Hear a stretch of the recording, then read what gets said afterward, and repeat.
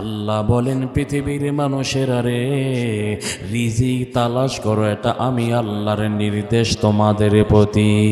ও দুনিয়ার মানুষেরা, তুমি যে কর্মস্থলে যাও, তোমার ব্যবসা প্রতিষ্ঠান কিংবা তোমার কোনো চাকরিতে যাও, তুমি তো নিছক মনে করো আমি আমার কর্মে যাই। আল্লাহ বলেন শুধু তোমার কর্মে যাও না, তুমি আমার অনুগ্রহে তালাশে বেরিয়ে যাও। তবে পদ্ধতি শোনো, ফাইদা কুদিয়াতিস সালাত, যখন তোমাদের উপর বিধান নামাজের বিধান শেষ হবে, ও ভাইরা আল্লাহ বলেন ফান্তাশিরু ফিল আরদি ওয়াবতাগু মিন ফাদলিল্লাহ।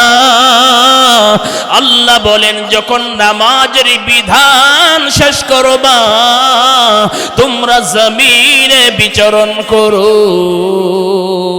ভাইরা রে, তাহলে বোঝা যায় আমরা যে আমাদের কর্ম রিজিকের তালাশে বের হই, আমাদের উচিত হবে নামাজ দিয়ে আমাদের দিন শুরু করা। ফজরের নামাজ পড়ে আমরা আমাদের কর্মস্থলে যাওয়ার দরকার আছে না নাই? ও ভাইরা, আজকে তো আমরা আমাদের কর্মস্থলে যাই, কত ভালো অবস্থান আল্লাহ আমাদেরকে দিয়েছেন। সাহাবায়ে কেরাম তারা কর্মস্থলে গিয়েছেন, পাথর কেটেছেন, মরুভূমিতে কাজে গিয়েছেন, তারপরেও এরা যখন কর্মে যেতেন, এরা ফজরের নামাজ পড়েছেন, ফজরের নামাজের পর আল্লাহর কোরআন তেলাওয়াত করতেন, আল্লাহর কোরআন তেলাওয়াত করে এদের কর্মস্থলে বেরিয়ে যেতেন। এবার আল্লাহ বলেন যদি নামাজ পড়ে তোমার কর্মস্থলে যাও,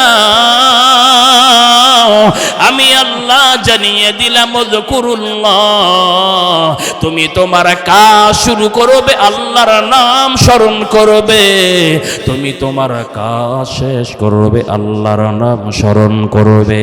তুমি তোমার কাজের মাঝে কখনো সুবহানাল্লাহ বলবে, তুমি তোমার কাজের শুরুতে বিসমিল্লাহ বলবে, শেষ হলে আলহামদুলিল্লাহ বলবে, কোন সমস্যা হলে ইন্না লিল্লাহ পড়বে।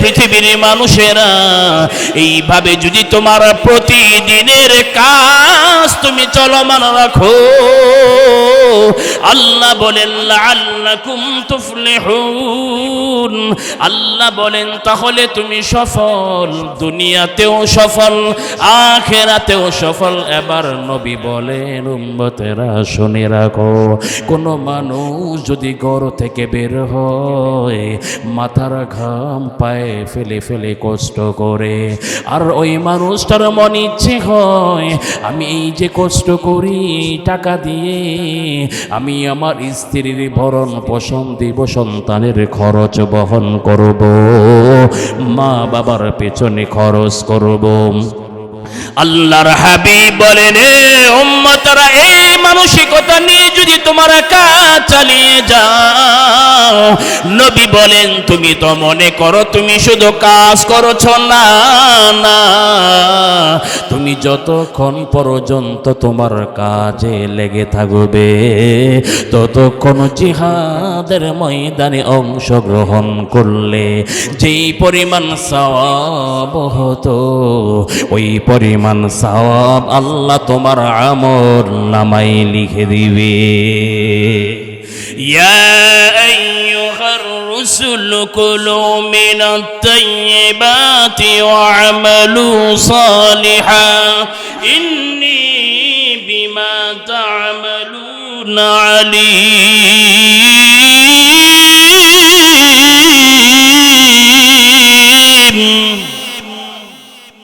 তাহলে আমি আপনাদের কাছে জানতে চাই, এখানে এসছেন বয়ান শোনার জন্যে, শুধু শোনা নাকি আমল করা?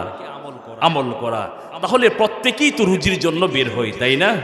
সবাই রুজির জন্য বের হই, কেউ দোকান খুলি, কেউ অফিস করি, কেউ খেতে কাজ করি, কাজে যায়। আল্লাহ এর একটা দিক নির্দেশনা আমাদেরকে কোরআনে দিয়েছেন, একটা আয়াতের ভিতরে আল্লাহ বলেছেন আল্লাহর বিধান নামাজ শেষ হলে আল্লাহর দেয়া রিজিক অনুগ্রহ তালাশ করো। তাহলে কি করতে হবে? আমাদের প্রতিদিন আমরা চেষ্টা করব ফজরের নামাজ পড়ে আমাদের কর্মস্থলে যাব। নিয়ত করা যাবে না ইনশাআল্লাহ? কষ্ট তো করছেন, রিজিকের জন্য তো বের হচ্ছি, জীবন পার হয়ে যাবে। এই সম্পদ করতে করতে রুজি তালাশে তালাশে জীবন শেষ। কিন্তু এটা যদি আমাদের উত্তম ভাবে হয় তাহলে তো এটা আমাদের জন্য সফলতা, ঠিক কিনা বলেন? এই জন্য ইনশাআল্লাহ ফজরের নামাজ পড়বো, সবাই নামাজ পড়ে কর্মস্থলে যাব। কাজ শুরু করলে বিসমিল্লাহ বলে শুরু করব, কাজ সফল হলে আলহামদুলিল্লাহ বলবো, ব্যবসায় লাভ হলে আলহামদুলিল্লাহ বলবো, কোনো কিছু দুর্ঘটনা ঘটে গেলে ইন্নালিল্লাহ পড়বো, আল্লাহকে স্মরণ রাখবো, কোনো অন্যায় কাজ করব না। যদি এভাবে করতে পারি আল্লাহ বলেন সফল। কেমন সফল?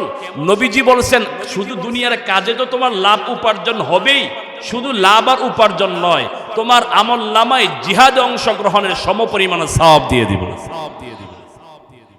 আল্লাহ আমাদেরকে এইভাবে আমাদের কর্মস্থলে যাওয়ার তৌফিক দান করেন। মন থেকে বলেন আমিন। এবার আসেন, আমল শিখালাম বাবা, আপনারা করবেন ইনশাআল্লাহ আমল। শুধু ওয়াজ শোনা নয়, এই যে আয়াতটা থেকে আপনাদেরকে বুঝালাম, যদি আমল করেন জীবন দেখবেন নিজের জিন্দেগি সুন্দর হবে, ভালো লাগবে, সারাদিন তৃপ্তি পাবেন। ফজরের নামাজ পড়ে কর্মস্থলে যাবেন, সারাদিন এক ধরনের শান্তি অন্তরে পাবেন। বিশ্বাস না হলে করে দেখবেন। আসেন এবার এই রিজিক তালাশ করতে গেলে আল্লাহ বলেছে রিজিক তালাশ করবে, এটা হালাল নাকি হারাম? কথা বলে না, হালাল নাকি হারাম? এটা হালাল। একটু কষ্ট দিব আপনাদের, আলোচনা মাত্র শুরু করতেছি, একটু কষ্ট দিব। কষ্ট হলো মেহেরবানি করে যে যেখানে বসে একটু গরম করেছেন, হয়তো একটু কষ্ট হবে, হুজুর এই জায়গাটা ছেড়ে দিব, তখন গরম করলাম। অন্তত এই নিয়তে উঠেন যে আমি গরম করলাম, আমার অপর ভাই যেন একটু আরাম পায়, সওয়াব আল্লাহ আপনারেও দিব। অপর ভাইকে সহযোগিতা করে হলেও একটু সামনে এগিয়ে বসবেন, একেবারে সামনে আসবেন ইনশাল্লাহ। আসবে অনেক বাবারা চলে আসবে, যুবক ভাইরা একটু আসেন ইনশাল্লাহ। চমৎকার জীবনের গুরুত্বপূর্ণ কিছু কথা আপনাদের শোনাবো। আসেন, একটু মুরব্বী বাবারা কষ্ট দিচ্ছি, যুবক ভাইরা সামনের দিকে আসেন, জমে বসেন। এদিক সেদিক যারা এখনো ঘোরাফেরা করছেন মেহেরবানি করে চলে আসেন। লা ইলাহা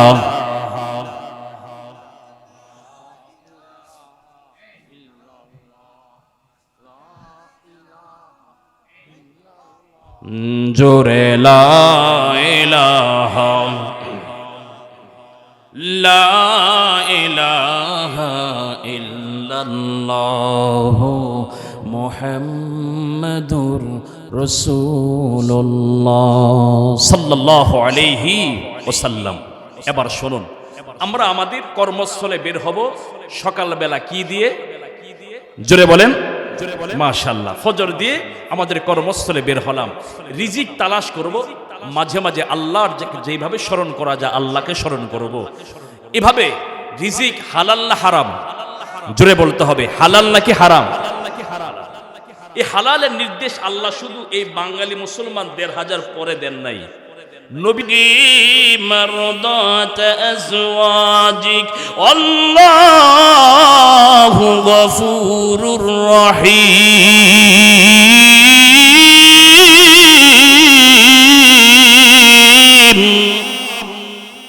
নবীজি তার ঘরে মধু খান না, আয়াত নাজিল হল ইয়া রাসূলুল্লাহ আপনি আয়েশার আর হাফসার চালাকিতে আপনার কি হলো? লিমা তুহাররিমু মা আহাল্লাল্লাহু লাক, আপনাকে যেই মধু দিচ্ছেন এটা তো হালাল, আপনি এটা কেন খাচ্ছেন না? তারা হয়তো আপনাকে এমন ভাবে কথাটা বলেছে আপনি মনে করছেন যে না এটার খাওয়াই যাবে না। তারা তো এক কৌশলে এমনটা করেছে, কিন্তু আপনি এটাকে এমন মনে করছেন যে এটা হারাম, এটা খাওয়াই যাবে না। নবী এমনটা করা যাবে না। অন্য স্ত্রীদের সন্তুষ্ট করে আপনি এই জায়নাবেরটা খাবেন না, এমনটা নয়। নবী এটা হালাল ছিল আগে, আপনাকে দিয়া মধু আগেও হালাল ছিল, এখনো হালাল আছে। আয়েশা আর হাফসার কথায় কিছুই হবে না, হালাল খাবার আপনি হালাল মনে করেই খান। সুবহানাল্লাহ বলেন। সুতরাং আমাদের সমাজেও কিছু মানুষ আছে এরকম, একটা খাবার হালাল এটার এমন ভাবে উপস্থাপন করবে আর ৬ জনে খায় না। কথা কেন আছে না নাই? এই জন্য এমন কিছু পেশা আছে, পেশাটা বৈধ, কিন্তু ৬ জনে এমন ভাবে সমালোচনা করবে, এমন অন্য চোখে দেখবে, হে আর এই পেশাও যাইতে চায় না, বেকার বেকার জিন্দেগি কাটায়। কথা বলেন আছে না নাই? বেকারের জিন্দেগি কাটায়, বেকার হয়ে বসে থাকে, কর্মে যায় না। ওই যে সমাজের মানুষটাকে নিম্ন চোখে দেখবে, ইসলাম এগুলো আমাদেরকে নিষেধ করেছে। একটু 2 মিনিট বিরতি, কষ্ট দিয়েছে আপনাদের? হ্যাঁ, না উঠা বসা করবেন, আবার চলে যাবেন নাকি? একটু ধৈর্য সহকারে বসবো ইনশাল্লাহ। এরপর আমরা একটানা ধারাবাহিক আলোচনা করবো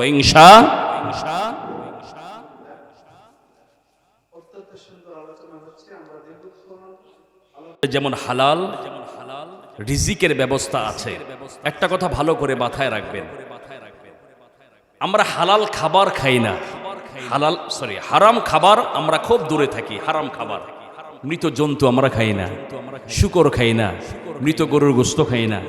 এই সব হারাম খাবার থেকে আমরা যতটুকু নিজেদেরকে নিরাপদ রাখি, হারাম উপার্জন থেকে কিন্তু নিজেদের এত সাবধান করি না।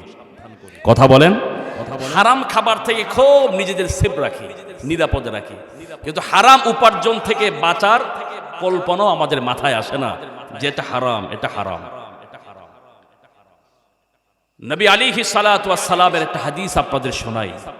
হালাল খাবার ব্যতিরেকে যারা হারামের পিছনে দৌড়াচ্ছেন, বলেন নবী সাল্লাল্লাহু আলাইহি ওয়াসাল্লাম, আল্লাহর হাবিব বলেন, উম্মতেরা রে, দেখো কত মানুষ দুনিয়াতে এমন আছে।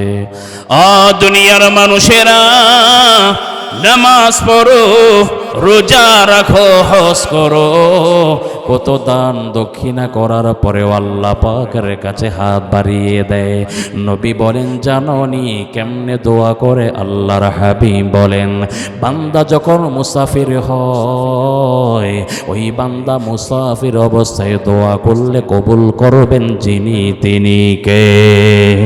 ও ভাইরা, মুসাফিরের দোয়া আল্লাহ কবুল করেন।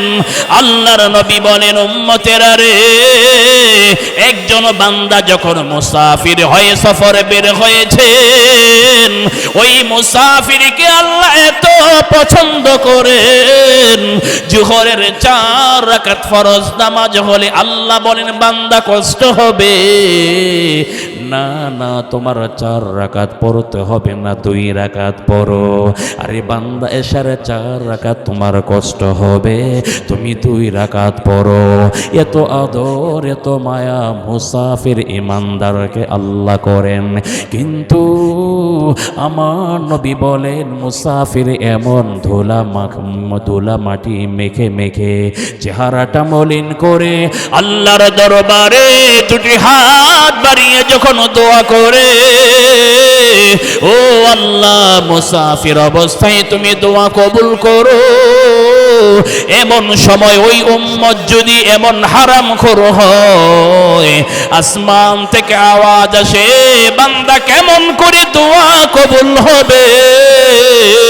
আরে তোমার খাবার হলো হারাম, তোমার গায়ের জামাটাও কেনা হারাম টাকায়, তোমার জীবনটা চলেছে হারাম উপার্জনে। ফান্না ইউস্তাজাবু লাহু, আল্লাহর হাবিব বলেন, বলো বলো, কেমন করে তার দোয়া কবুল হবে? আল্লাহর হাবিব বোঝাতে চান, তুমি যদি হারাম খেয়ে হারাম উপার্জনে ওই মুসাফির অবস্থায় দোয়া করো, আল্লাহ বলেন, হারাম এই অভিশাপের কারণে আল্লাহ তোমার দোয়া কবুল করবে না। জোরে জোরে বলেন নাউজুবিল্লাহ। হারাম উপার্জন এত খারাপ, এত নিকৃষ্ট একটা পদ্ধতি আমাদের সামনে মাধ্যম। দেখেন আজকে অনেক লোক বলেন, হুজুর এত দোয়া করি আল্লাহর কাছে, এত চাই, এত প্রার্থনা করি, আল্লাহ আমাদের দোয়া কেন শুনেন না? আল্লাহ কেন আমাদের দোয়া কবুল করেন না? এমন অভিযোগ আমাদের আছে না নাই? কথা বলে আছে না নাই? এত দোয়া করি, আল্লাহ আমার ডাক, আমার দোয়া কেন কবুল করেন না? কেমনে কবুল করবে? আমাদের গায়ের পোশাকটাও হারাম টাকায়, পরের টাকায় কেনা, আমাদের খাবারটাও হয় হারাম টাকায়, আমাদের এভাবে গায়ের শক্তিটাও অন্যের টাকা মেরে আত্মসাৎ করে টাকায়, আমার নিজের বাহনটা অন্যের টাকায়, আমার হাতের ঘড়িটা অন্যের টাকায়, এভাবে দেখা যায় আমার সব কিছু হারাম উপার্জনে। নবী বলেন, দোয়া কেমনে কবুল হবে? এই জন্য আমাদের দোয়াও কবুল হয় না। ঠিক কিনা বলেন? ঠিক কিনা? কোথায় আছে না, এক মুরিদ গেছে হুজুরের কাছে, হুজুর একটু দোয়া করেন, আল্লাহ যেন আমার একটা পোলার বাপ বানায়, মনে বড় শখ। ঠিক আছে যা দোয়া করলাম, তুই নেক্সট টার্মে বাবা হয়ে আসবি। এবার দেখা গেল কিছুদিন পর আবার আসল হুজুর কি দোয়া করলেন, এখনো তো বাপ হতে পারি নাই। কি বলিস, কত মানুষের জন্য দোয়া করলাম কপাল খুললো, তোর কপালটা এখনো খোলে নাই, যা আবার দোয়া দিলাম তুই বাবা হয়ে ফিরে আসবি। বহুদিন পরে গেছে হুজুর আপনার দোয়ায় কত মানুষের কপাল খুললো, আমি অধমের শখটা পূরণ হইল না। তাই নাকি? কয় হ্যাঁ। বলে ঠিক আছে তুই কি বিয়ে করছিস? তো কয় হুজুর মাশাআল্লাহ বিয়ে তো করিনি। আচ্ছা বলেন তো দেখি, এ বিয়ে ছাড়া এর জন্য বাংলাদেশের সব হুজুর ফেল। কাবা শরীফের ইমাম সাহেব যদি তাহাজ্জুদ পড়েও দোয়া করে, হ্যাঁ কি বাপ হইতে পারবো? কথা কয় না, বাপ হইতে পারবো? কারণ তার কি নাই, তলা নাই। কি নাই? কথা বলেন, তার তলা নাই। তো তোর কিভাবে তুই বাপ হবি? আমাদের দশাও কিন্তু এমনই চলতেছে, আমরা হারামের সাথে জড়িত, আর এত দোয়া, এত কান্না, এত হজ তাওয়াফ করতেছি, আর কি কাদা কাটতেছি, দোয়া কিন্তু আসমান পর্যন্ত তার উপরে ওঠে না। কথা বলেন, এর জন্য হারাম ছাড়া দরকার আছে না নাই? চাঁদাবাজি, টেন্ডারবাজি, ফাঁকের টাকা খাওয়ার ধান্দা ছাড়তে হবে। কথা বলে ঠিক কিনা? এখন তো বহু মানুষ ফাঁকের টাকা খাওয়ার জন্য ধান্দায় ঘুরতেছে। এগুলো থেকে বেঁচে থাকেন। মুরব্বীরা আপনারা যদি সচেতন হন, আপনাদের ছেলে যুব সমাজ যেভাবে অবৈধ পথে ঘুরতেছে, আপনার সন্তানকে আপনিও তাকে সামাল দিতে পারবেন, আপনি যদি একটু সচেতন হন। যদি বলেন বাবা দেখ আমি 5 ওয়াক্ত নামাজ পড়ি, আমার এত অর্থ উপার্জন লাগবে না, এত সম্পদ লাগবে না, শেষ বয়সে হালাল খেয়ে বাঁচতে চাই, এভাবে যদি বাবা সন্তানকে বুঝায়, সে চাঁদাবাজি করা সন্তানটাও একদিন ভালো হয়ে যাবে। এই জন্য আমি আলোচনাটা করছি যে হারাম খাবেন না, হারামের কাছেও যেন না, হারাম খোর পোলাকে ঘরে আশ্রয় দিয়েন না। আল্লাহ পাক আমাদেরকে বুঝার তৌফিক দান করেন, বলেন আমিন। আসেন, হারাম, আপনি হারামে কেন যাবেন? আপনি হালাল রিজিক খান, অল্প কিছু করেন, তা তো ইজ্জত দিবেন কে? কথা বলেন। কত মানুষ আছে, কত সেটআপ গেটআপ নিয়ে হাঁটতেছে, তাকেও সালাম দেয়। আবার একজন কৃষক মানুষ অটো চালায়, নামাজ পড়ে, তাকেও মানুষ দেখলে সালাম দিয়ে মুচকি হাসি দিয়ে কথা বলে। দুয়ের সালামে পার্থক্য আছে না নাই? প্রথম যাকে সেটআপ গেটআপ দেখে সালাম দেয়া হয়, হেরে হয়তো দেয় এই জন্য যে কোনো বিপদ ক্ষমতা এলে না জানি কোন মামলা দেয়, হ্যাঁ, বা ক্ষমতায় থাকলে কোন মামলা দেয়, এমন একটা ভয় তার ভিতরে কাজ করে দেখে সালাম দেয়। পাশের জন্য যদি জিগায় কিরে আর কোনো ভালো মানুষ ফেলি না, তারা সালাম দেয়, আরে তুই বুঝোস না, না দিলে তো বিপদ সামনে, এর লেগে কোনো রকম ফার হইলাম। কথা কর না কেন? আবার রিক্সাওয়ালা, অটোওয়ালারা যদি সালাম দেয় কৃষক মানুষকে, এই সালামটা কোনো ভয়ে দেওয়া হয় না, এটা মন থেকে দেওয়া হয়। আমি ভুল বললাম? হালাল ইজ্জত আল্লাহ দিবে, হারাম ইজ্জত দিবে না। হয়তো সামনে বাহ্যিক কিছু দেওয়া যাবে, পরে ঠিকই পিছনে পিছনে থুতু মারবে। আল্লাহ আমাদের হেফাজত করেন। রাগ করতেছেন আপনারা? তো জোরে বলেন না আমিন। আমার ভাইয়েরাও, যুবক ভাইয়েরা, আমার রিজিক যদি হালাল হয় আমার সবই হালাল, আমার রিজিক যদি হালাল হয় আমার ইবাদত হবে পবিত্র। ও ভাইরা, অবৈধ পথে পা বাড়াবেন না, আল্লাহর উপরে ভরসা রাখবেন। হয়তো আপনার অবস্থাটা এখন আল্লাহ একটু মন্দা রেখেছেন, আল্লাহর উপরে চলে ভরসা রেখে চলেন, হালাল রুজি খান, সন্তানকে হালাল খাওয়ান, স্ত্রীকে হালাল খাওয়ান।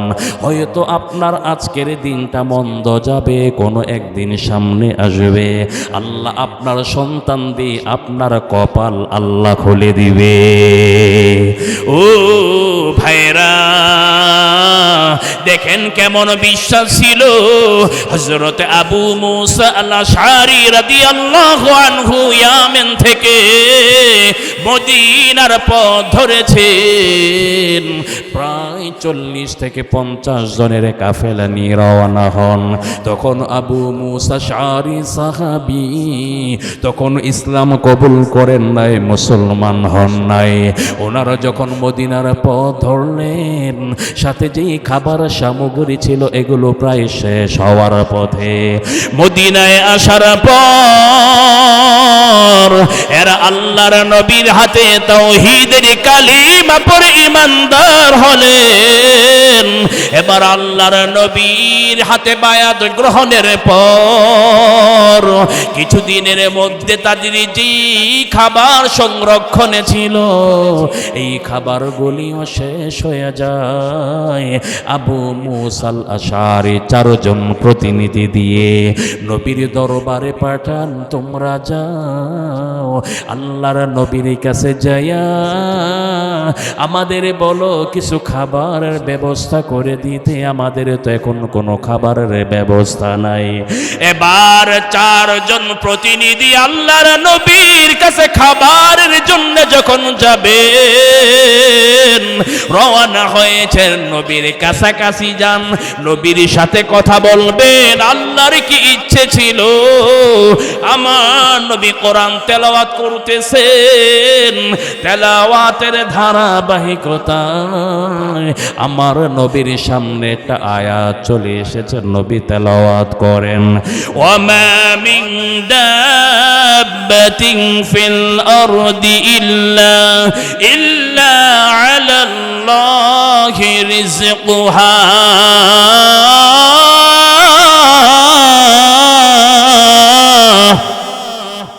নবীজি তেলাওয়াত করছেন আয়াত, যার অর্থ হলো ওমা মিন দাব্বাতিন ফিল আরদ, জমিনে এমন কোন বিচরণশীল প্রাণী নেই যার রিজিকের দায়িত্ব আল্লাহর হাতে নেই। সুবহানাল্লাহ পড়েন। সব কিছু রিজিকের দায়িত্ব, সবার রিজিকের দায়িত্ব কার হাতে? জোরে বলুন, কার হাতে? আল্লাহর হাতে। নবীজি এই আয়াত তেলাওয়াত করতেছেন, আর আবু মুসা আল আশআরীর কাফেলার 4 জন প্রতিনিধি গেলেন। তারা দেখলেন নবীজি আয়াত পড়ছেন, তারা তো আরবি ভাষা বুঝেন, তারা বুঝতে পারলেন নবী বলছেন আল্লাহর কথা।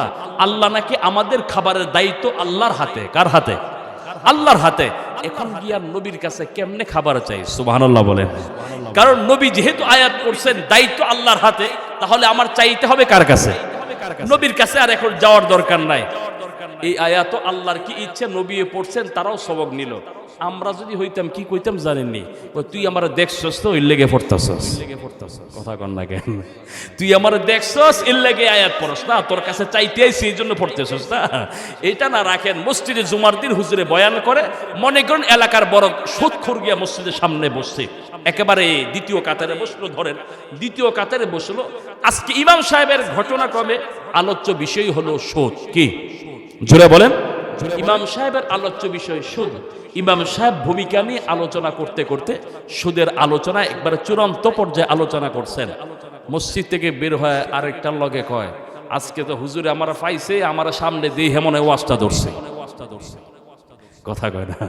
এমন আছে না নাই? হুজুরে আমার আজকে পাইয়া মনে আমারই দেখে ওয়াজটা ধরছে। আর কোনো ওয়াজ পাইল না। বহুদিন পর আইছিলাম মসজিদের মধ্যে, নামাজটা পড়তাম জুমার দিন, এটাও ইমাম সাহেবের শান্তি দিল না। কথা কয় না? আছে না নাই? কথা বলেন, আছে না নাই? এরপরে ইমাম সাহেব আজকে একটু শান্তি দিল না। বহু শখ করে আসছিলাম, আজকে নামাজটা পড়তাম, জুমার নামাজটা। এমন মানুষ, এই চরিত্রের মানুষ আছে না নাই? না। আপনি মনে করবেন আল্লাহ হয়তো আপনার হেদায়েতের জন্য আজকে এই আলোচনা হুজুরের মুখ দিয়ে বের করেছে। পরিবর্তন আনতে হবে জীবনে বাবা। এভাবে কতদিন ঘুরবেন? জীবনে কতদিন ঘুরবেন? জীবন তো চলে যাচ্ছে, জীবন চলে যাচ্ছে। কিন্তু আজকে কালকে কত মানুষকে কবরে নামালেন, আপনাকে কাল নামাবে, সন্দেহ আছে? কথা বলেন। এই যে জানাজা পড়ছি, এই যে এত কিছু করছি, মাইকে এলান হচ্ছে অমুকে মারা যাচ্ছে, ইন্না লিল্লাহ পড়ছি, কি এমনি না? এগুলো এলান কেন হচ্ছে? ইন্না লিল্লাহি ওয়া ইন্না ইলাইহি রাজিউন মানে কি জানেন? আমরা বলছি আল্লাহ, ইন্না লিল্লাহ, আমরা আল্লাহর জন্য, ওয়া ইন্না ইলাইহি রাজিউন, আমরা আল্লাহর কাছেই ফিরে যাব। এই যে মুখে দোয়া পড়ছেন, নিজেকে বুঝাতে হবে আল্লাহ আজকে যেমন আব্দুল মালিক চলে গেল, আমিও কাল আসতেছি। ঠিক কিনা বলেন? এই জন্য বলছি বাবা, পরিবর্তন আনেন, পরিবর্তন আসেন। সে 4 জন প্রতিনিধি নবীজি আয়াত পড়লেন, নবীর কাছে আর যাওয়া যাবে না, কারণ যে আয়াত পড়েছেন রিজিকের মালিক আমার ভাইয়েরাও বন্ধুরা, আপনি ভরসা রাখবেন, আল্লাহর উপরে বিশ্বাস রাখবেন। ভাইরা রে, ও মায়েরা বোনেরা, ঘরে যদি অভাব হয় আল্লাহর কাছে চাইবেন, 2 রাকাত সালাতুল হাজত পড়বেন। ও ভাইরা, এভাবে সালাতুল হাজত 2 রাকাত নামাজ পড়বেন। আমরা ওদিক সেদিক কত জায়গায় দৌড়াই, বাবারা মাঝে মাঝে নামাজে পড়ে আল্লাহর কাছে দ্বারস্থ হবেন। এগুলো তো আমাদের আমল, এগুলো আমাদের পুঁজি। ও ভাইরা, এবার 4 জন প্রতিনিধি আবু মুসা আল আশআরীর কাছে গিয়ে বলে, আমরা কেমন করে নবীর কাছে খাবার চাই? আরে নবী তো এই আয়াত তেলাওয়াত করেছেন, আমরা কেমন করে নবীর কাছে খাবার চাই? এবার আবু মুসা আল আশআরী বলেন, তাহলে চলো আল্লাহর কাছে দ্বারস্থ হই। এবার আল্লাহর কাছে তারা রিজিক চায়। ও আল্লাহ, তোমার নবী তেলাওয়াত করেছেন, আমাদের রিজিকের দায়িত্ব তোমার হাতে। এরই মাঝে সন্ধ্যা বেলা যখন হয়, আল্লাহর কি ইচ্ছে হলো, 2টো খাঞ্চাপড় এদের জন্যে, এদের কাফেলা, এদের তাঁবুর নিচে আল্লাহ খাবার পৌঁছে দিলেন। জোরে জোরে বলেন সুবহানাল্লাহ। ও আমার ভাইরা, ও বন্ধুরা, এই খাবার এই খাঞ্চা থেকে তারা 40-50 জনের কাফেলা খায়, এখানেই শেষ হয় নাই। এবার বলে, একটা কাজ করো, নবীর থেকে আয়াত সবক শুনে আমরা আল্লাহর কাছে এই রিজিকি পেয়েছি। একটা কাজ করো, যতটুকু খাবার আছে এটুকু নবীকে নিয়ে দাও। কি বলো? নবী, আপনার এক আয়াতে আল্লাহ আমাদের কপাল খুলে দিয়েছেন। জোরে জোরে বলেন সুবহানাল্লাহ। ও আমার ভাইরা, ও বন্ধুরা, তাহলে আমাদের উচিত হবে হালাল রুজি তালাশ করব, হারামের ধারে কাছেও যাব না, ঠিক কিনা বলেন? আমরা বিশ্বাস করব, আল্লাহ যদি একটা পাখিকে খাবার খাওয়াতে পারেন, আল্লাহ আমাকে কেন খাওয়াবে না? নবী না কত আমাদের জন্য কেঁদে গিয়েছেন। আমার ভাইরা, এবার আসুন আমার বাবাজিরা, আল্লাহর হাবিব বলেন, উম্মতেরা রে, যখন তোমাদের কেউ যখন কোনো হারাম উপার্জন করে, আর যদি কোনো বয়ানের পরে চিন্তা করে আমি আর হারামে যাব না, হারাম রিজিকে তালাশেও যাব না, ভালো হয়ে যাব কেমনে ভালো হব? শুধু কি তাওবা করে? বলে শুধু তাওবা দিয়ে নয়। কেমনে ভালো হবে রে ভাইরা? শুধু তাওবার মাধ্যমে নয়। হারাম যদি ছাড়তে চান, আমার মাথায় জানা থাকা দরকার, আমি কার কার টাকা আত্মসাৎ করেছি, আমি কার থেকে টাকা মেরেছি। আমাকে প্রথমে হকদারের হক আদায় করতে হবে। প্রথমে হক আদায় করা। আজকে দেখা যায় আমাদের নেচার কি জানেন? মরার সময়, মরার আগে পোলারে বলি, এই আমি ইন্তেকালের আগে মসজিদের ইমাম সাহেবকে একটু হাওলাত করে এনে কালিমা ফরায় তওবা করাইস। কথা কয় আছে না নাই? কিন্তু দেখা যায় আমার জিন্দিগিতে অমুক অমুক আমার কাছে ঋণ পাবে, আমার কাছে টাকা পাবে, এমন অবস্থা হয় কি হয় না? সেটার খবর না। আমি কালিমা পরে তাওবা করছি, কিন্তু আমি আমার বোনের হকটাও দিয়ে যেতে বলি নাই, আমি আমার ভাইয়ের হকটাও দিয়ে যেতে বলি নাই, কিন্তু আমি মনে করছি লা ইলাহা ইল্লাল্লাহ তওবা করে মনে হয় কবরে জান্নাত। কিভাবে সম্ভব? অন্যের হক মুক্ত থাকবেন, অন্যের হক মুক্ত থাকবেন। আল্লাহর কাছে সব সময় দোয়া করবেন, আল্লাহ আমাকে ঋণ মুক্ত রাখো, ঋণ মুক্ত রাখো। এরপরে আসেন, এরপরেও আমাদের হালাল রুজি তালাশে আমাদের ত্রুটি হয়। কি ত্রুটি হয়? ভালো করে বুঝবেন। আল্লাহ কোরআনে বলেন, খুযমিন আমওয়ালহিম সাদাকাতান তুতাহহিরুহুম। নবী, আপনি তাদের কাছ থেকে সাদাকা গ্রহণ করেন। সুবহানাল্লাহ পড়েন। আল্লাহ নবীকে বলছেন, আপনি যাদের অর্থ সামগ্রী আছে, এই ধনীদের কাছ থেকে আপনি সাদাকা গ্রহণ করেন। সাদাকা গ্রহণ করলে কি হবে? দান গ্রহণ করলে তুতাহহিরুহুম, এই সাদাকা তারা দিলে আমি আল্লাহ তাদের পবিত্র করে দিব। জোরে বলেন সুবহানাল্লাহ। প্রশ্ন হবে, হুজুর আমার সম্পদে কি নাপাকি আছে, কি আবার পবিত্র করতে হবে? আরে নাপাকি হলো, আমি যে উপার্জন করেছি বাবা, আমার তো নামাজ কাজা হয়েছে, আমার তো নামাজ ছুটে গিয়েছিল, নামাজ কাজা হয়েছিল, এভাবে আমার রোজায় গাফলতি আসছে, আমার ইবাদতে উদাসীনতা আসছে। এমন হয় কি হয় না? কখন ইচ্ছে করে ধোঁকা দিতে চাই নাই, ধোঁকা দিয়ে ফেলেছি, হয়ে গিয়েছে ধোঁকা। এগুলো আল্লাহ পাক সাদাকা করার মাধ্যমে আল্লাহ মাফ করে দেবে। জোরে কন্যা সুবহানাল্লাহ। তবে ইচ্ছে করে যদি কাউকে ধোঁকা দেয়, এটার কোনো ক্ষমা নাই, মাফ চাইতে হবে তার কাছে। বহু মানুষ এমন আছে নামাজ পড়ে ৫ ওয়াক্ত, মানুষকে পণ্যে ভেজাল দেয়, আছে না নাই? নামাজ পড়ি, অফিসে ধোঁকা দেই, যাওয়ার কথা ৯টায়, ঢুকি ৯:৩০, সিগনেচার করি ৯টা থেকে, ঠিক কিনা বলেন? অফিস ছুটি হবে ৫টায়, চুরি করে বের হয়ে আসে ৪টায়। আমার জন্য এই যে ১ ঘন্টা করে আপনি প্রতিদিন চুরি করে সময় পার করছেন, আপনি তো স্যালারি ঠিকই নিচ্ছেন, কোনো আপোষও করেন নাই, মালিকের সাথে কোনোদিন বলেনও নাই আমি একটু আগেও যেতে পারি পরেও যেতে পারি, কিন্তু মালিক তো আপনাকে স্যালারি ধরে দিচ্ছে ৫টা পর্যন্ত, আপনি ৪টায় বেরিয়ে যান। এই যে ১ ঘন্টার টাকাটা প্রতিদিন নিচ্ছেন, এটা হালাল না হারাম? কথা বলেন, কথা বলেন। এগুলো করবেন না। অনেক লোক এমন আছে নামাজি মানুষ, জামালপুর বাজারে সোমবার দিন মঙ্গলবার দিন দুধের দাম মাত্র ৫০ টাকা। কত? কথা কয় না, ৫০ টাকা। বৃহস্পতিবার শুক্রবার খুব দুধের চাহিদা, ৮০-তে গিয়ে উঠে। কত? ৮০। মুরব্বী চিন্তা করলো সোমবার দিন মঙ্গলবার দিন দুধ টুধ নেওয়ার দরকার নাই, এই সোমবার মঙ্গলবার বুধবারের দুধটুকু ফ্রিজ আপ করে রেখে দেই, কোন রকম যদি আল্লাহ আল্লাহ করে খালি বৃহস্পতিবার সকালে একটু মিলিয়ে নিয়ে বাজার উঠাইতে পারি, আর ৫০ টাকা না, মঙ্গলবারের দুধ হয়ে যাবে কত? কথা কয় না, আছে না নাই? কথা বলেন, আছে না নাই? সাবধান, এগুলো ধোঁকা। ইসলাম শুধু আমার ৫ ওয়াক্ত সেজদার মধ্যে নয়, ইসলাম আমাকে এগুলোও তো ইসলাম আমাকে রেখেছে। বুঝতে হবে আমাদের বুঝতে হবে এগুলো ইসলাম। আল্লাহ আমাদের বুঝার তৌফিক দান করেন। যথাসম্ভব গুনাহ থেকে বাঁচবেন। শরীয়তের একটা বড় মূলনীতি, জানবুজ যুনুব আফদলু মিন জালবিল মানফা। বান্দার নফল ইবাদত কম। নফল ইবাদত আপনার জীবনে এত ফাঁকরিও করেন নাই, এত নফল সুন্নত নাই, আছে কিছু ফরজ ইবাদত, এত নফল রোজাও নাই, কিন্তু আপনার জীবনে দেখা যায় গুনাহ আপনার নাই। কি নাই? কথা বলেন, কি নাই? গুনাহ নাই। আল্লাহ আপনাকে আগে জান্নাত দিয়ে দিবে। গুনাহ নাই, গুনাহ নাই, গুনাহ মুক্ত থাকবো, হারাম থেকে বেঁচে থাকবো। আর এখন পরে ইবাদত কতটুকু করবেন সেটা আপনার। অপরাধ আমি করব না, এই মানুষগুলো জান্নাতে যাওয়ার অগ্রাধিকার পাবে। সুবহানাল্লাহ বলেন, সুবহানাল্লাহ বলেন। তাহলে আসেন, এই যে আমাদের হালাল উপার্জনও যে ত্রুটি হয়, আমরা কিছু দান করলে আল্লাহ পাক সেই হালাল রুজির যে অপবিত্রতা লেগে থাকে, আল্লাহ এগুলো মাফ করে দিবেন। সুবহানাল্লাহ বলেন। এই জন্য মাঝে মাঝে একটু দান করবেন। দান করার দ্বারা আমাদের রিজিক পবিত্র হয়। কি হয়? আমাদের সম্পদ পবিত্র হয়। এর জন্য দান করা। সাহাবায়ে কেরাম কিভাবে দান করেছেন জানেন?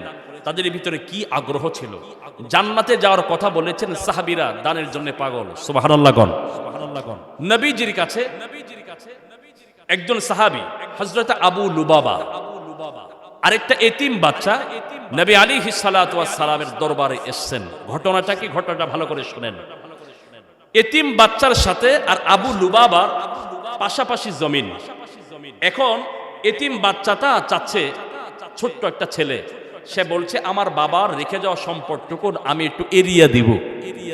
ঘটনা কমে একটা খেজুর গাছ আবু লুবাবা থেকে গাছটা এভাবে একটু নুয়ে পড়লো। এখন বাউন্ডারি দিতে তার সমস্যা হচ্ছে।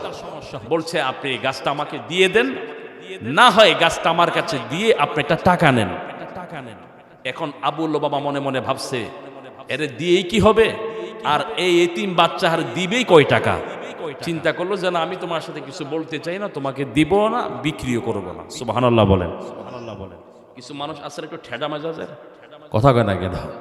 মসজিদে সমানে দান করবে, মাদ্রাসায় সমানে দান করলে করে দেয়, কিন্তু তার বাড়ির সামনে দিয়ে একটু জায়গা দিবে, প্রতিবেশীর ১ হাত জায়গা দিলে বের হয়ে আসতে পারবে, এই ঠেডা মুরব্বি হারে ১ হাত জায়গা দেয় না। কথা কয় না? এমন আছে না নাই? মসজিদে টাকা দিয়ে দিবে ১০,০০০, মাদ্রাসায় দিয়ে দেয় ২০,০০০, কিন্তু বাড়ির সামনের প্রতিবেশীকে ১ হাত জায়গা দিবে, এই ঠেডা আইখাওয়ালা মুরব্বি দিতে রাজি না। তো আবু লুবাবা হলো এই লোক, খালি লাভ চায়। আমার ভাইরাও বন্ধুরা, কষ্ট দিচ্ছে আপনাদের, ভালো করে বুঝবেন, শোনেন। আবুল বাবাকে এতিম ছেলেটা বলে, আবুল বাবা আপনি আমার কাছে বিক্রি করেন, না হয় অন্তত আমাকে দিয়ে দেন। বলে না না, আমি তোমার সাথে কোনো লেনদেন করব না, গাছও দিব না। এবার আল্লাহর নবীর কাছে এতিম ছেলেটা মনে মনে ভাবলেন, আমার তো বাবা নাই, আমার বাবা থাকলে বাবাকে নিয়ে সমাধান করতাম। আর এই আবুল বাবা যখন আমার কথা কোনো ক্রমে মানতে রাজি নয়, আমি রহমতের নবীর দ্বারে যাব, যদি পারেন নবী এই ঠেডার সাহাবীকে বুঝাতে পারবে, আমার দ্বারা সম্ভব নয়। এবারে এতিম ছেলেটা আল্লাহর নবীর দ্বারে চলে গেলেন।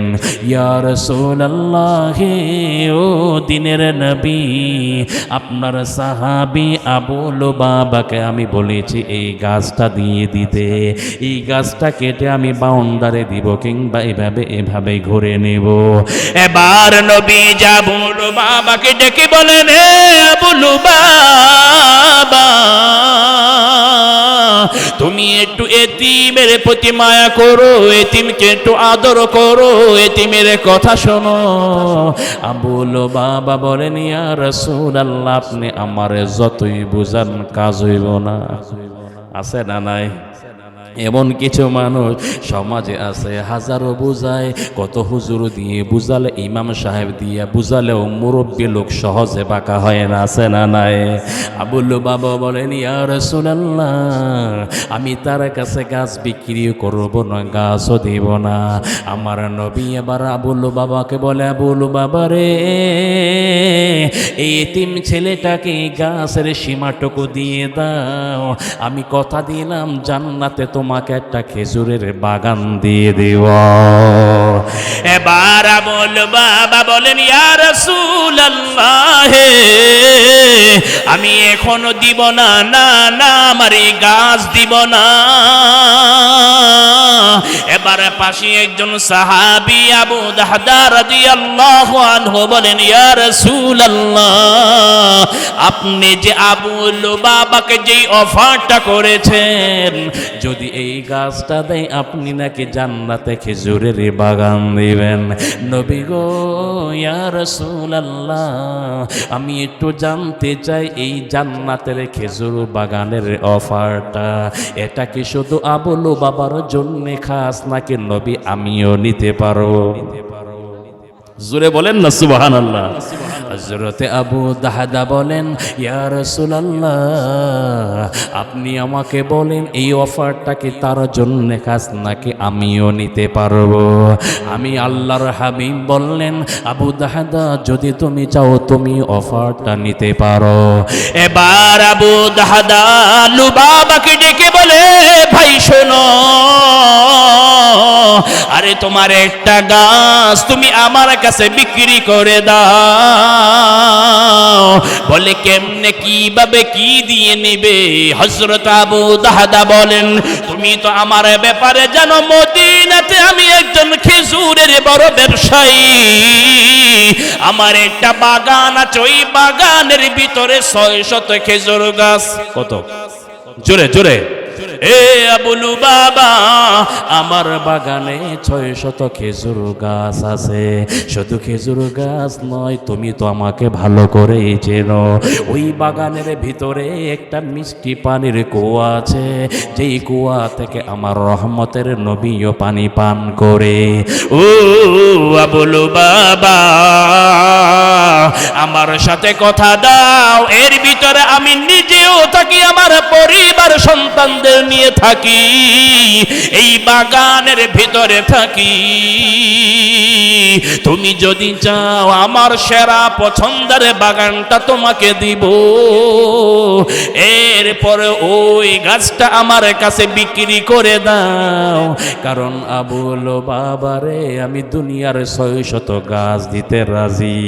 নবীর মুখের অফার, নবীর মুখের কথা, আরে গুলি তীর মিস হতে পারে পারে রে, নবীর কথা মিস হবে না।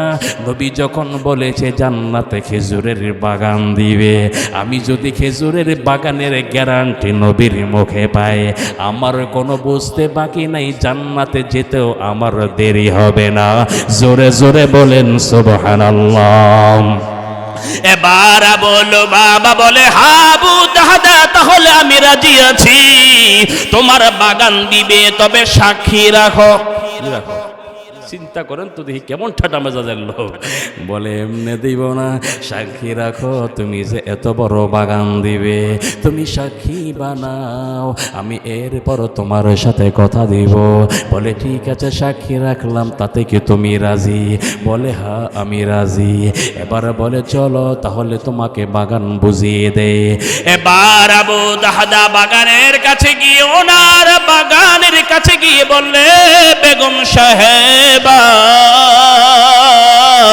আরে তোমাদের যা যা আছে নিয়ে বেরিয়ে আসো, এই বাগান তো আর আমার বাগান নয়, এই বাগানটা আমি বিক্রি করে ফেলেছি। বেগম সাহেবা বলে স্বামী এমন একটা আপনি বিক্রি করলেন, কি দামে বিক্রি করলেন? এখানে আমরা এত সুন্দরভাবে থাকি, আর শুধু তাই নয়, এখানে একটা পানির কুয়া আছে যেটা আরবের মানুষেরা এখান থেকে পানি খায়। স্বামী আপনি কেন এটা বিক্রি করলেন? স্ত্রী মনটা ভেঙে ভেঙে যায়, এমন একটা জায়গায় বিশাল বাগান বিক্রি করে দিলেন, একবার আমাকে জিজ্ঞাসাও করেন না।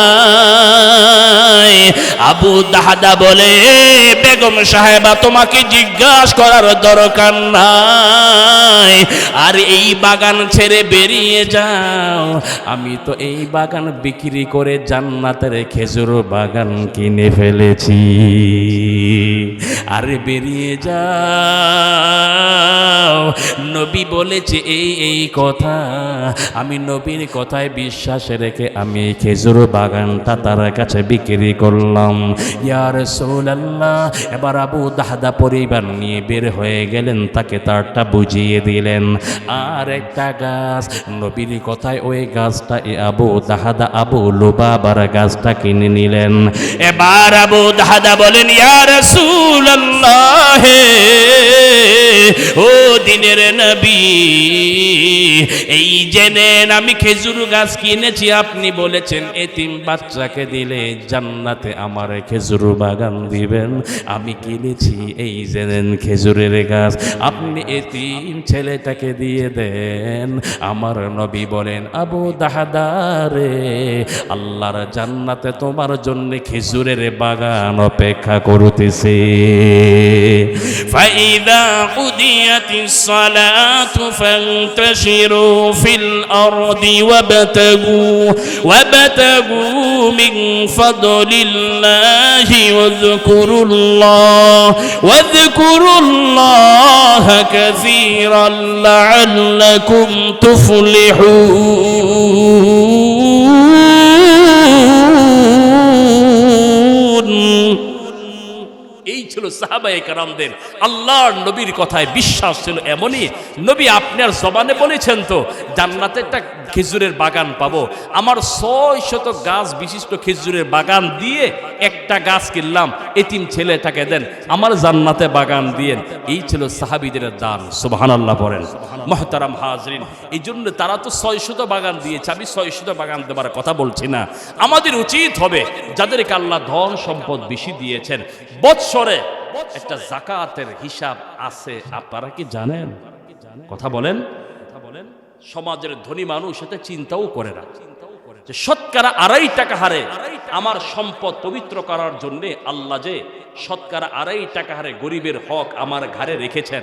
এই দেশের ধনী মানুষ এটা কল্পনাও করে না, শুধু রমজান মাস আসলে কয় টাকা ফেতরা হয় সেটা চিন্তা করে দেয়। কথা বলেন আছে না নাই? যাকাতের হিসাব সে চিন্তাও করে না। আমার ঘরে যে 1 লক্ষ টাকায় 2.5 টাকা গরিবের হক। কার হক? জোরে বলেন। গরিবের হক।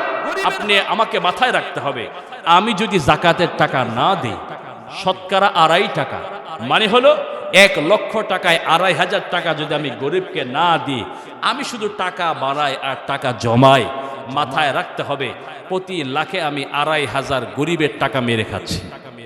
কার টাকা? কথা বলেন, গরিবের টাকা।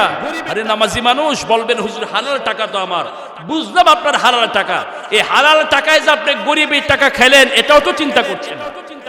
এর জন্য আমাদের উচিত এই বিষয়গুলো মাথায় রাখা। বছরে ধনী ব্যক্তির উপরে, যেই ব্যক্তির কাছে বর্তমানে প্রয়োজনের অতিরিক্ত প্রায় তার কাছে 70-80 হাজার টাকার মতো থাকে, এই ব্যক্তির উপরে শতকরা 2.5 টাকা হারে জাকাত দিতে হয় তার প্রয়োজনের সামগ্রী ছাড়া। এই যদি হয় জাকাতের মাসআলা, আমরা জাকাত দিয়ে দিব যাদের সামর্থ্য আছে, তাহলে আবার গোটা সম্পদটাই আল্লাহ পবিত্র করে দিবে। সুবহানাল্লাহ বলেন। আর যাদের সম্পদ একটু কম কম আছে তারাও একটু অতিরিক্ত সাদাকা করব। এই সাদাকা দ্বারা আল্লাহ তাআলা আমার হালাল রুজিতে যে দোষ ত্রুটিগুলো থাকে, যে অপবিত্রতা লেগে থাকে, আল্লাহ পাক এই দানের দ্বারা আল্লাহ আমাদের মাফ করে দিবেন। এর জন্য দান করব তো ইনশাআল্লাহ দান করব। সাহাবায়ে কেরামদের জিন্দেগি দেখেন কিভাবে দান করেছেন। একটা খেজুর গাছ নবীকে দিবে, 600 খেজুর গাছের এক বাগান দিয়ে দিয়েছেন। সুতরাং এই জন্য এই মানসিকতা থাকা দরকার, দানের মানসিকতা। হালাল রুজি তালাশ করব, হালাল খাবার খাবো, হারামের দ্বারে কাছেও যাব, হারামের দ্বারে কাছেও যাব না। প্রয়োজনে ছোট পেশায় থাকবো, তারপরও হারাম খাবো না। আর হালাল উপার্জন করতে গিয়ে সেখানে যে ত্রুটি বিচ্যুতি হয় সেটা মাফের সিস্টেম হলো আমাকে আপনাকে কিছু দান সদাকা করতে হবে। এই জন্য আমরা দান সদাকা করব। আল্লাহ পাক আমাদেরকে হারাম থেকে বাঁচিয়ে রাখেন, বলেন আমিন। আমলি নিয়তে বলেন আমিন। আল্লাহ পাক হালাল রুজিতে আমাদের বরকত দান করেন, বলেন আমিন। মুহতারাম হাজরিন, আপনারা এখানে এসেছেন আজকে প্রতিকূল আবহাওয়ার মধ্যেও, কারণ আজকে খালি চোখে ঘুম আর ঘুম টানে। কথা কন না কেন? খালি ঘুম টানতেছে চোখে, তাই না? তারপরও আপনারা এসছেন, আমি আল্লাহ পাকের কাছে আপনাদেরকে নিয়ে একটা খাস মোনাজাত দিব। এর আগে রাত আর বেশি করব না। এখানে একটা মসজিদ আছে, আপনারা দেখেছেন, আপনাদেরকে এখানে দাওয়াত দিয়েছে আল্লাহর ঘর মসজিদ, ঠিক না বলেন? মসজিদ দাওয়াত দিয়েছে না? এই মসজিদের উন্নয়ন কল্পে আপনারা এখানে এসছেন, মসজিদ আপনাদেরকে দাওয়াত দিয়েছেন। আমরা যখন কারো বাড়িতে বেড়াতে যাই, খালি হাতে যান না কিছু নিয়ে যান? কথা বলেন না? খালি হাতে দৌড়ায়? কিছু না কিছু নিয়ে যেতে হয় মেহমান হয়ে যেতে হলে। তাহলে এখানে আল্লাহর ঘর, আপনারা মেহমান, আল্লাহর ঘর আপনাদেরকে দাওয়াত দিয়েছেন, কিছু না কিছু দিয়ে যাওয়া দরকার আছে না নাই? এর জন্য ইনশাআল্লাহ একটু প্রস্তুতি নেন, মোহাব্বতে আল্লাহ পাকের জিকির করি, লা ইলাহা ইল্লাল্লাহ।